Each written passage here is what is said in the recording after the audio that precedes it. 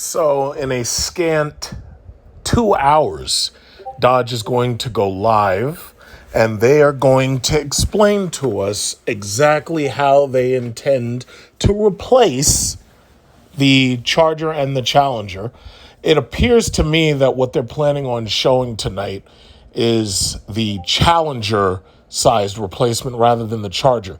Now, I think Dodge understands at this point that they have to have a two-door car and they have to have a four-door car. I think they understand that.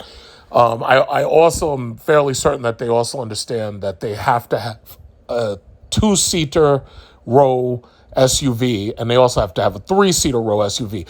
Now, I have to say, despite the fact I've railed against a lot of their stupid moves, what they have done that was very intelligent was they put the Jeep Grand Cherokee out, but they also included a Jeep Grand Cherokee L model, which is basically a Durango, while the Jeep Grand Cherokee Standard is basically just a replacement for the Jeep Grand Cherokee.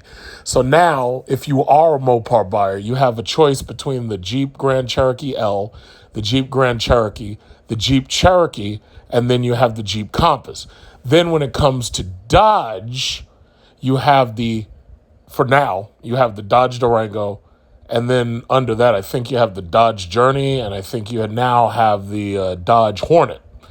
So obviously, considering the fact that they know that student loans are about to have a large percentage of buyers, especially younger buyers, cash-strapped, it appears to me that what they've tried to do is they've tried to make these sub $30,000 Dodge Hornets so that they could basically, make sure that, younger buyers have some level of option. But the thing about it is car loans are going to be very tight. Right now, there's already suspicion. They really believe that there's going to be a auto loan crisis. Now, auto loans are different than home loans. It's like houses go into foreclosure. It takes a long time to get people out of those houses. Auto loans, they just send the repo truck, and the repo truck comes to your house, takes that shit, and it just disappears. Now, basically, as far as I believe, and I'm about to, obviously, we're all going to see what they come up with in just a few hours, 2 hours, less than 2 hours.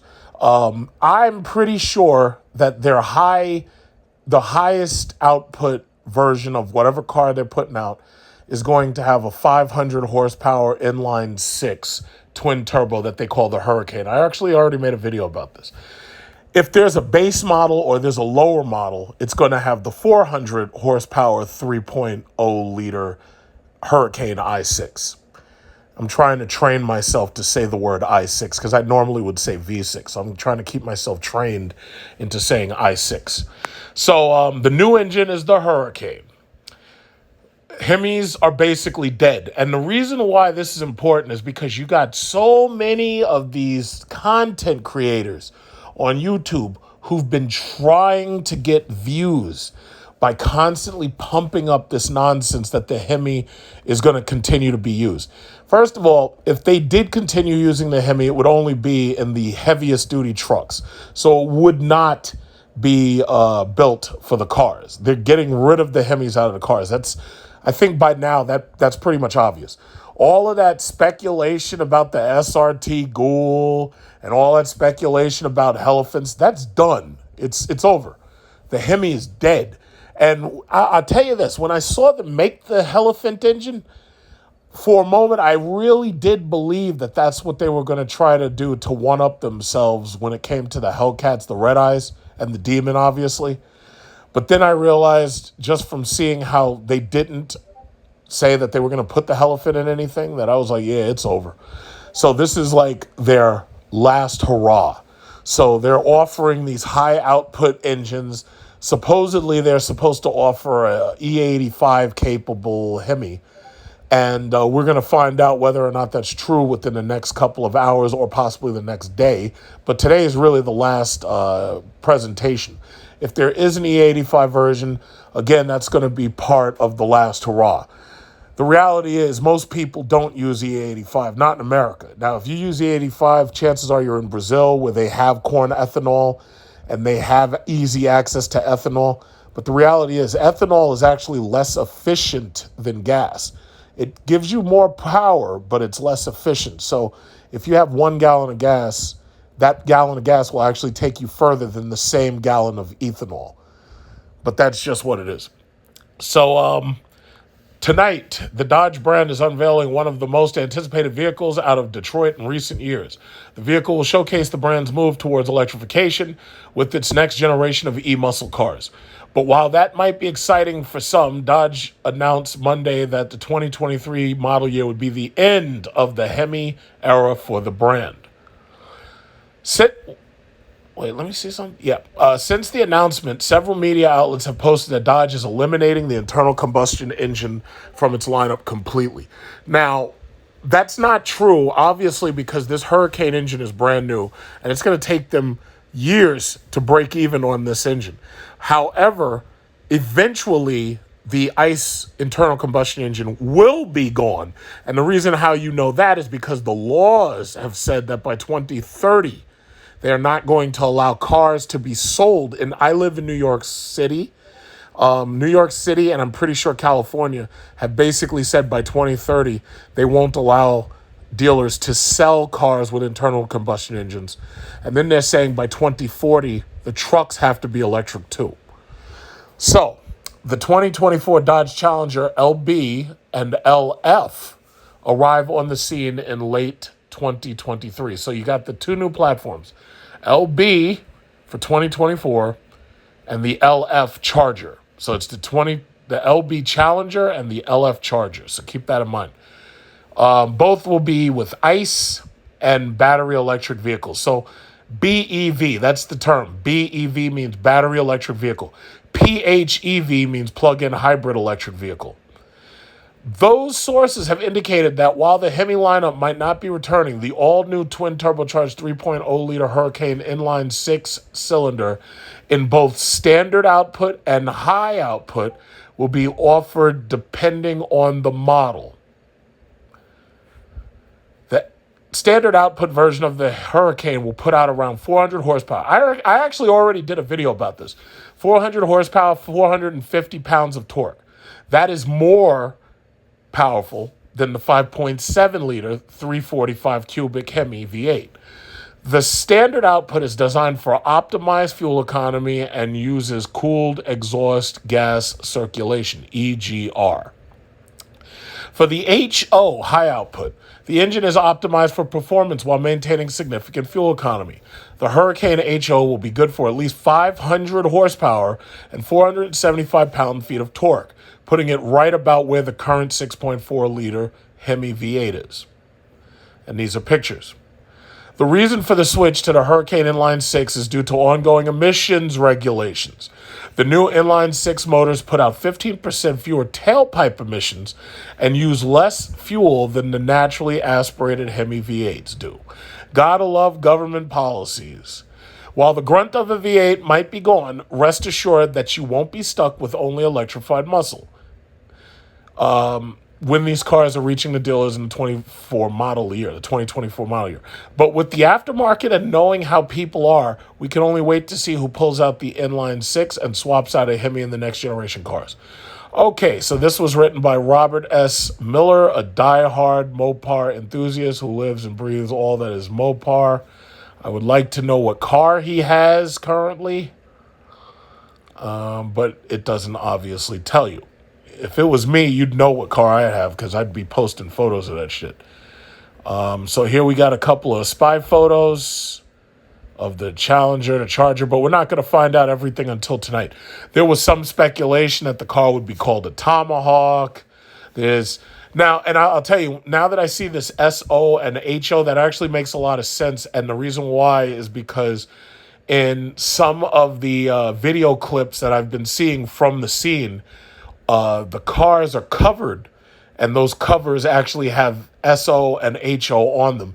And it looks like those are going to be the new models, and they're about to unleash them in the next hour and 45 minutes. Now, bottom line is this. I am, as a Stellantis shareholder, because as you know, over the last couple of years, I've tried to goad you into buying stocks and to Ford, GM, Stellantis, and a number of electric automakers. I tried to get you to do this because I realized that the automotive companies are recession proof. In the event of a pandemic, the factories are still used.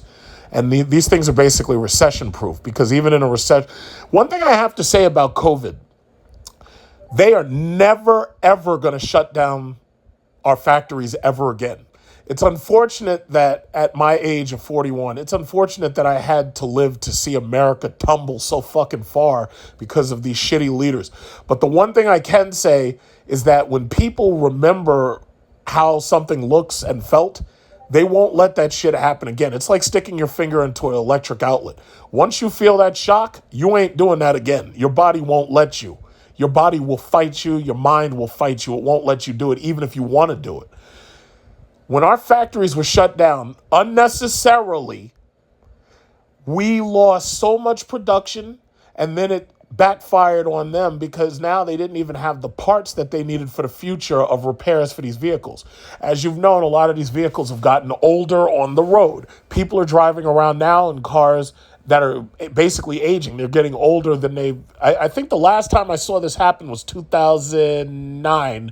And if you remember, Barack Obama had launched that program called Cash for Clunkers.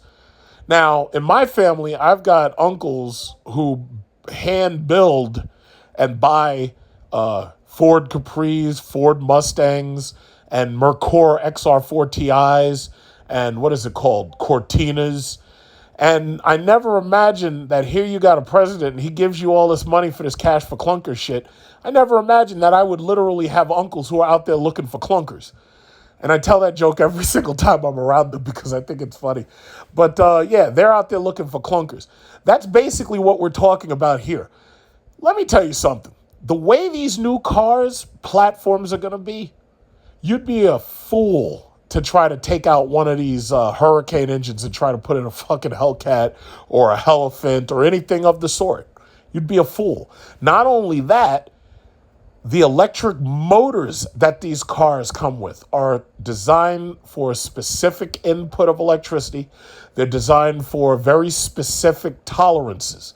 Those big orange cables that you see when they show you the underhood, those big orange cables are high voltage, hybrid, or electric power lines. Sometimes they use bright orange, sometimes they use bright blue. You fuck with that stuff, and you're likely to electrocute yourself. Now, I'm not saying that there aren't some engineers or some shit that might get it done, but I'm just saying, it's like, listen, these new cars are going to be tuned, balanced, and built for the Hurricane engine. You try to put a Hemi in that, you're going to throw that entire car's driving dynamics. I want you to think about something. You've had a couple of people, I'm not even going to name names, who've built Hellcat 300s, out of Charger parts or Challenger parts. You've had people who've built Jeep Hellcats out of either Charger, Challenger, or Trackhawk parts. You know, because what they do is when a car gets into an accident, they go to the dump and they buy the engine and they buy the transmission if they can get it. But you know what you haven't seen? You've never seen these people actually racing those cars. And I'm not saying that there aren't some people who completely build a car from the ground up, but when you're talking about these regular dudes who just drop a new engine into the car and don't realize that that engine is absolutely not balanced or designed for that car, and it starts to tear apart the drivetrain and it literally breaks the transmission, most of those people, especially the people who I even know who've done stuff like that, you never see those cars being driven because they can't drive them. Like, there was one dude I knew, and I actually made a video of, and he had a Camaro, and he had supercharged this thing. I think he had used a, what was it called, a Magnuson supercharger, and he could never drive that car beyond, like, third gear. I'm like, yo, listen, that whole built, not bought bullshit, there's a reason why that only goes but so far. The reason why is because this technology that you're using has to be tuned, balanced, and apportioned for the vehicle that it's in. So if somebody really wants to take that on as a challenge, and they, oh yeah, well I'm gonna buy I'm gonna buy a new Tomahawk, and I'm gonna take that piece of shit engine out, and I'm gonna put a Elephant in it. Yeah, well, here's a question: how many people have actually put Elephant engines in their cars, and you've actually seen them running, able to be used regularly without taking trips back and forth to a repair shop? Because I haven't seen one. I haven't seen a single one. I've seen a dude change out his Charger Hellcats engine with the Elephant. Never saw that car do anything but sit there and rev. I never saw it do anything. There's a couple of these dudes take those cars out to the track. They can't even drive those cars because they're so unpredictable. They're not balanced. So the reality is, I understand, like, it's just like the reactions to the Hornet. I know a lot of people are upset. You have very good reason to be. There's a lot of dudes who dream of being able to buy one of these cars. You know, like, they see charges and challenges. They see these idiots doing these street takeovers and doing fucking burnouts and shit. All these other cars can't do stuff like that. Like the Infinities or all-wheel drive. They can't do that. The BMW, the new BMWs are all-wheel drive. They can't do that. The Mercedes are all-wheel drive. They can't do that. So these dudes are desperate to get these cars so that they can show off and everything. Well, guess what? Coming to a used car lot near you is going to be used Hellcats that were turned back in because the dudes couldn't afford them who had them, or they couldn't afford the gas cost, or they couldn't afford the steadily rising cost of insurance. Coming to a used car lot near you will be more Trackhawks, more Durango Hellcats. And the sad thing is, the people who are in the market for these cars, they want to buy them new. They don't want to buy those cars used because they already know that whoever had them beat on them. Not only that, they already know that those cars are aggressively expensive to fix. The parts are ridiculously expensive to fix. So, oh yeah, you'll have your chance. Here's the problem though. By the time you can afford one of those things, the electric cars will be so fucking fast until you won't even be able to consider racing one of these dudes in one of these electric cars. These electric cars are coming with 500 and 550 horsepower all-wheel drive electric motors. No gas engine, no transmission. All they do is go.